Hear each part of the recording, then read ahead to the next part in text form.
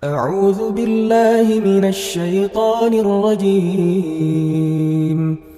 بسم الله الرحمن الرحيم. الحمد لله الذي أنعم علينا بنعمة الإيمان والإسلام. أشهد أن لا إله إلا الله وحده لا شريك له، وأشهد أن محمدا عبده ورسوله الذي لا نبي بعده. اللهم صل وسلم وبارك على سيدنا محمد وعلى آله وأصحابه ومن تبعهم إلى يوم القيامة. أما بعد فيا عباد الله اتقوا الله حق تقاته ولا تموتن إلا وأنتم مسلمون. قال الله تعالى في كتابه الكريم: أعوذ بالله من الشيطان الرجيم. يا أيها الذين آمنوا لا يسخر قوم من قوم عسى أن يكونوا خيرا منهم. وقال الله تعالى في آية أخرى: أعوذ بالله من الشيطان الرجيم. يا أيها الناس إنا خلقناكم من ذكر وأنثى وجعلناكم شعوبا وقبائل لتعارفوا إن أكرمكم عند الله أتقاكم. Hadirin jamaah salat Jumat rahimakumullah. Bersyukur kita kepada Allah Subhanahu wa taala atas semua nikmat dan karunia yang Allah berikan kepada kita, sehingga dengan nikmat-nikmat yang mahal dan luar biasa itu kita dapat melaksanakan kewajiban kita sebagai hambanya pada hari ini, yaitu melaksanakan sholat Jumat secara berjamaah di masjid yang kita banggakan ini. Kemudian kita bersolawat kepada Rasulullah Sallallahu Alaihi Wasallam dengan satu harapan, beliau berkenan mengenali kita lewat solawat-solawat yang kita bacakan, dan nanti pada saat kita berkumpul di padang mahsyar menunggu apakah kita menjadi ahli surga atau ahli nar, ya kiranya Rasulullah memberikan pertolongan atau syafaatnya kepada kita semua nantinya. Oleh karena itulah setiap kita mendengar nama beliau disebut, mari sama-sama kita bacakan sholawat kepadanya sebagai bentuk cinta sekaligus hutang budi kepada beliau. Karena kalau tidak karena jasa-jasa beliau mengembangkan Islam di Makkah dan di Madinah, maka sangat tidak mungkin kita menjadi muslim dan mukmin pada hari ini. Bapak-bapak, saudara-saudaraku jamaah salat Jumat rahimakumullah.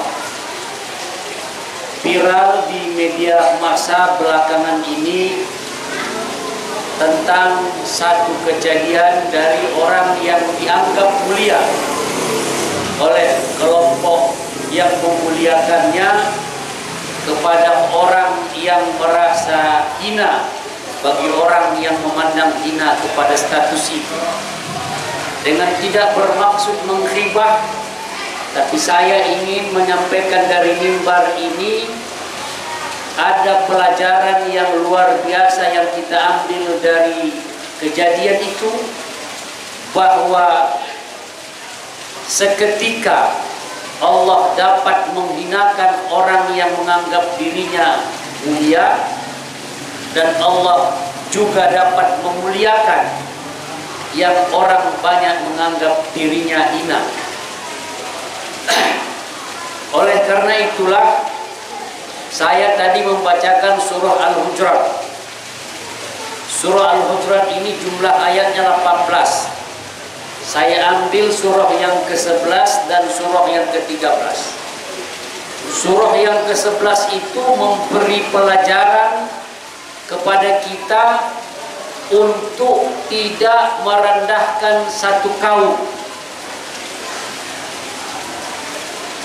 Karena Allah nyatakan di ayat itu mungkin saja kaum yang direndahkan itu sesungguhnya lebih mulia dari kaum atau kelompok yang menghinakan itu.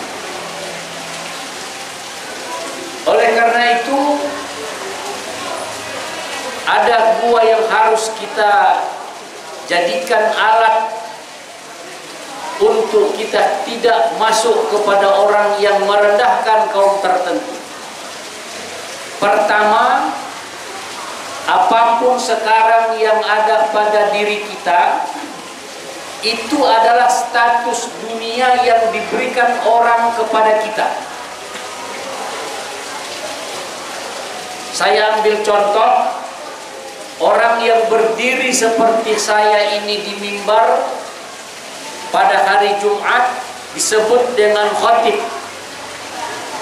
Dan di masyarakat orang-orang yang seperti saya ini dipanggil ustadz. Dan ustadz itu selalu mendapat tingkat yang lebih sedikit dibanding masyarakat biasa.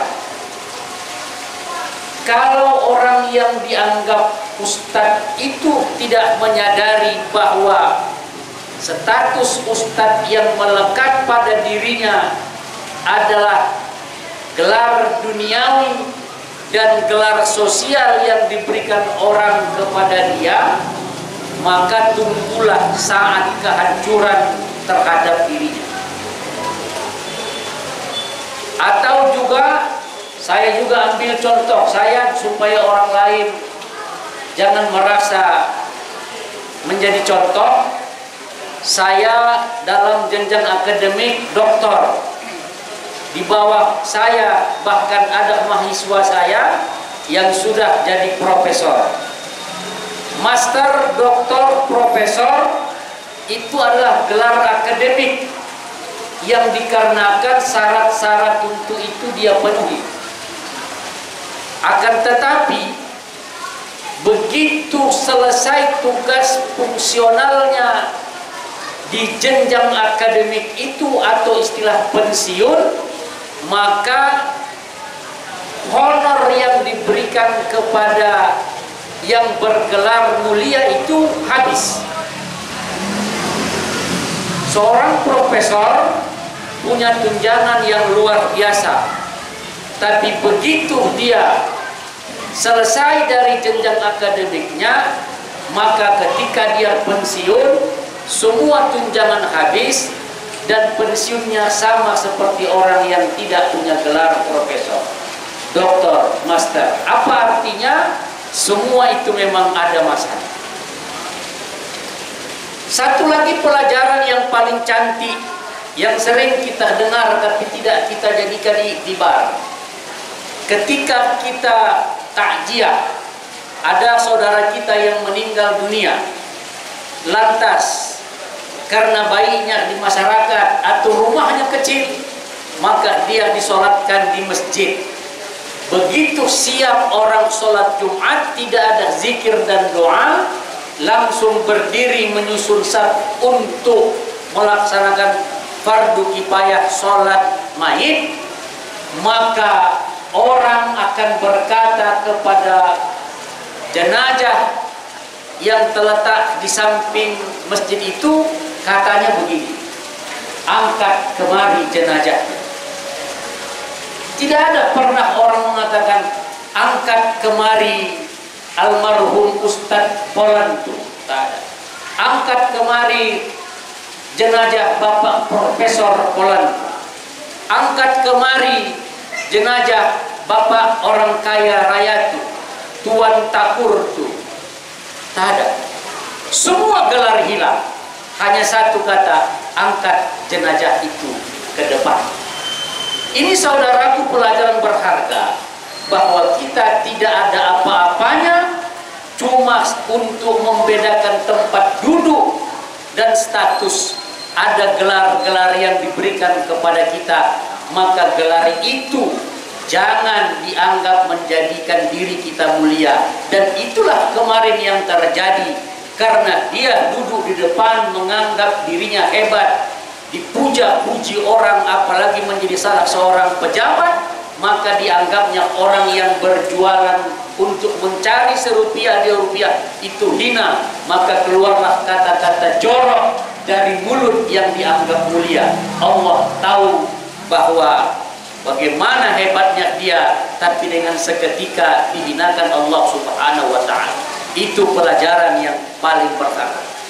Yang kedua, bagaimana kita supaya tidak terjerumus. Wa hafizil lisan, jaga lidah. Cakaplah cakap yang baik. Maka di Quran ada qaulan baligha, qaulan lainan, qaulan karima. Semua itu untuk mengatur tata kerama kita agar orang lain jangan tersinggung kepada kita. Nasihat orang bijak mengatakan, menasihati orang di depan umum itu sama dengan menghilangkan harga dirinya.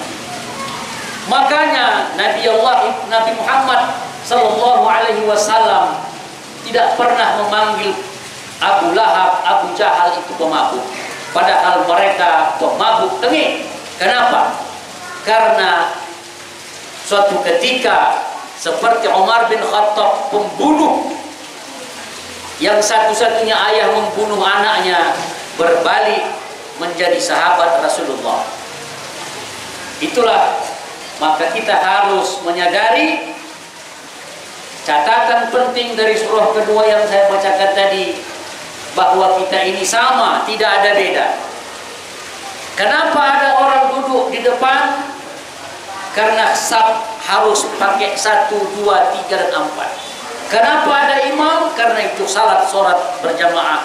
Apakah imam lebih mulia dibanding jamaah? Belum tentu.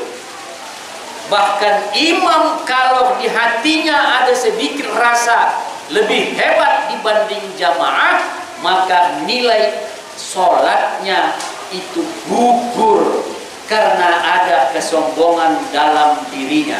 Makanya marilah mulai hari ini jangan pakai status sosial sebagai baju, tapi pakailah status Allah Ta'ala. Apa itu? Libasut taqwa. Mari sama-sama kita memakai baju ketakwaan, karena orang bertakwa tidak pernah mengejek dan tidak pernah menyakiti. Tidak ada beda orang berilmu dan tak berilmu. Tidak ada beda antara orang kaya dengan orang miskin. Di mata Allah semuanya sama. Inna akramakum indallahi atqakum. Mudah-mudahan semua yang hadir ini, wabil khusus para dewan guru, anak-anak kami yang belajar di Safiatul Amaliyah tercinta ini, bisa menjadi insan-insan yang smart secara duniawi, tapi muttaqin di mata Allah Subhanahu wa ta'ala. Barakallahu wa lakum bil Qur'anil azim, wa nafa'ani wa iyyakum bima fihi minal ayati wa zikril hakim. Taqabbal minni wa minkum tilawatahu innahu huwal ghafurur rahim.